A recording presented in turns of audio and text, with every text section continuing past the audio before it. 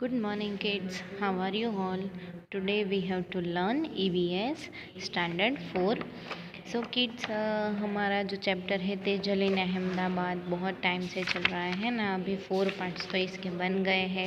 I hope सभी बच्चों को मज़ा आ रहा है वीडियो में देखते, और वीडियो में देख देख के जो हार्ड वर्ड्स और क्वेश्चन आंसर है वो हम कंप्लीट करते जा रहे हो हार्ड वर्ड्स नोटबुक में, और क्वेश्चन आंसर जो मैं आपको टेक्स्ट बुक में करवा रही हूँ। आई होप सभी बच्चे जो है वो वीडियो हर रोज़ देख रहे हैं और सब कुछ अच्छे से समझ रहे हैं, और मेरे साथ साथ में जैसे जैसे लिखवा रही हूँ लिखते भी जा रहे हैं। So today we have to start from page number 134। Okay, so हमें यहाँ पे दिया हुआ जो क्वेश्चन है उसका आंसर लिखना है। What is the question? When Tejal first came to Ahmedabad, कि जब तेजल पहले जब अहमदाबाद आई, what were the things that she was afraid to do, मतलब ऐसी कौन सी चीज़ें हैं जो वो करने में डरती थी। अफ्रेड मतलब डरना, तो वो ऐसी कौन सी चीज़ें हैं जो करने के लिए वो डरती थी।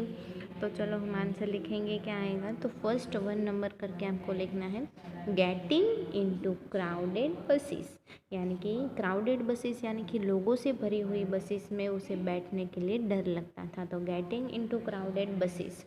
उसके बाद सेकंड नंबर है गेटिंग इनटू द लिफ्ट, मतलब लिफ्ट में जाने से भी उसे डर लगता था। ओके, तो ये दो चीज़ें हैं जो मैंने यहाँ पे लिखी हुई है, तो आपको वीडियो में देख देख के अपने टेक्स्ट बुक में लिखना है। फर्स्ट है getting into crowded buses and second है getting into the lift. Okay, उसके बाद हम देखेंगे पेज नंबर 135 पे। तो देखो क्या दिया है यहाँ पे। What were the differences between the houses where Mama lived and the houses in the high-rise building? यानी कि डिफरेंसेस क्या है दोनों घरों के बीच में, जहाँ पे मामा रह रहे हैं एंड जहाँ पे हाई राइजेस बिल्डिंग है। यानी कि उसके मामा जो है वो कैसे एरिया में रहते थे और ये हाई राइज बिल्डिंग है, और ये दोनों एरिया में क्या डिफरेंसेस हैं, तो हमें लिखना है। तो houses in area where mama lived, और यहाँ पे लिखा है houses in a high rise building, यानी कि ये घर है जहाँ पे मामा रह रहे थे, और ये घर है जहाँ पे हाई राइज बिल्डिंग है। तो उन दोनों के डिफरेंसेस के बारे में हमें लिखना है। ओके, तो चलो तो देखते हैं कि house where mama lived and house in high rise building. तो चलो, मामा जहाँ पे रह रहे थे तो वहाँ पे क्या था, पब्लिक टॉयलेट्स थे, मतलब टॉयलेट एक था और सारी पब्लिक जो वहाँ पे रह रही थी उन सबको यूज़ करना था। उसके बाद हाई राइज बिल्डिंग में पर्सनल टॉयलेट मतलब सबके घर में, घर के अंदर टॉयलेट्स थे। ओके, उसके बाद मामा जहाँ पे रह रहे थे, नो सेपरेट किचन, सेपरेट मतलब अलग किचन नहीं था उस रूम में। जो किचन था, रूम थी, वो सभी किस में था, एक ही रूम थी, उसके अंदर सब कुछ था। ओके, तो सेकंड टॉपिक क्या लिखेंगे आप अपने टेक्स्ट बुक में, नो सेपरेट किचन। ओके, उसके बाद जहाँ पे हाई राइज बिल्डिंग है तो वहाँ पे सेपरेट किचन था। यस, ऑलरेडी अगर एक किचन का अलग से रूम ही था तो यहाँ पे लिखना है सेपरेट किचन, अलग से किचन था। उसके बाद नो वाटर टैप्स, मतलब पानी का नल वहाँ पे नहीं था, जहाँ पे मामा रह रहे थे वहाँ पे पानी का नल नहीं था। उसके बाद house in high rise building, तो वाटर टैप्स इन हाउस, तो घर में पानी के नल जो थे वो थे। हम यहाँ पे रह रहे अमरोली विस एरिया में है ना, तो यहाँ पे हम हाई राइज बिल्डिंग में ही रह रहे हैं, तो आपको पता ही होगा कि आपके घर में अलग बेडरूम है, किचन है ना, और टैप्स भी है आपके टॉयलेट में, बाथरूम में, तो ये सारी सुविधा आपके घर में है, फैसिलिटी है। चलो, नो ग्लास विंडो मतलब कांच की बारी नहीं है, और इसमें ग्लास विंडो है। ओके, तो ये 4 टॉपिक्स मैंने जो लिखे हैं आपको वीडियो में देख देख के अच्छे से अपने टेक्स्ट बुक में कंप्लीट करना है। ओके, पहला है पब्लिक टॉयलेट्स, यहाँ पे पर्सनल टॉयलेट्स। उसके बाद नो सेपरेट किचन, यहाँ पे separate kitchen. No water taps in house. No glass window, glass windows. Okay, चलो उसके बाद टेल अबाउट योर सेल्फ, मतलब आपको खुद के बारे में बोलना है। Draw a circle and kind of houses you live in, मतलब ऐसे हाउसेस में आपको सर्कल करना है कि जिस टाइप के घर में आप रह रहे हो। चलो, तेजल गांव में रह रहे तो आप गांव में रह रहे हो, नहीं भाई मैं तो नहीं रह रही हूँ इसलिए मैंने नहीं किया है। उसके मामा कौन से टाइप के हाउस में रह रहे हैं, ओनली एक रूम में रह रहे हैं। अगर आप ओनली वन रूम में रह रहे हो तो आप इसमें सर्कल करोगे। हर्ष कैसे घर में रह रहा है कि अलग बेडरूम है, अलग किचन है, प्राइवेट टॉयलेट है, बाथरूम है, तो भाई मैं तो ऐसे घर में रह रही हूँ इसलिए मैंने हर्ष पे सर्कल किया है। अगर आप एनी अदर काइंड मतलब दूसरे टाइप के घर में रह रहे हो, उसे जैसे हर्ष का घर है, इन तीनों में से आपका इन तीनों का घर है वैसे में से आपका घर का टाइप नहीं है तो आप इसमें कर सकते हो। मैं तो हर्ष के जैसे घर में रह रही हूँ, हर्ष का जैसा घर है वैसे ही घर में रह रही हूँ इसलिए मैंने हर्ष पे सर्कल किया है। ओके, उसके बाद यहाँ पे लिखा है where does water comes from in your house, मतलब आपके घर में जो पानी है वो कहाँ से आ रहा है। तो हम सूरत में रह रहे हैं ना, तो हमारे घर में जो पानी है वो कहाँ से आ रहा है, आएगा एसएमसी में से आएगा।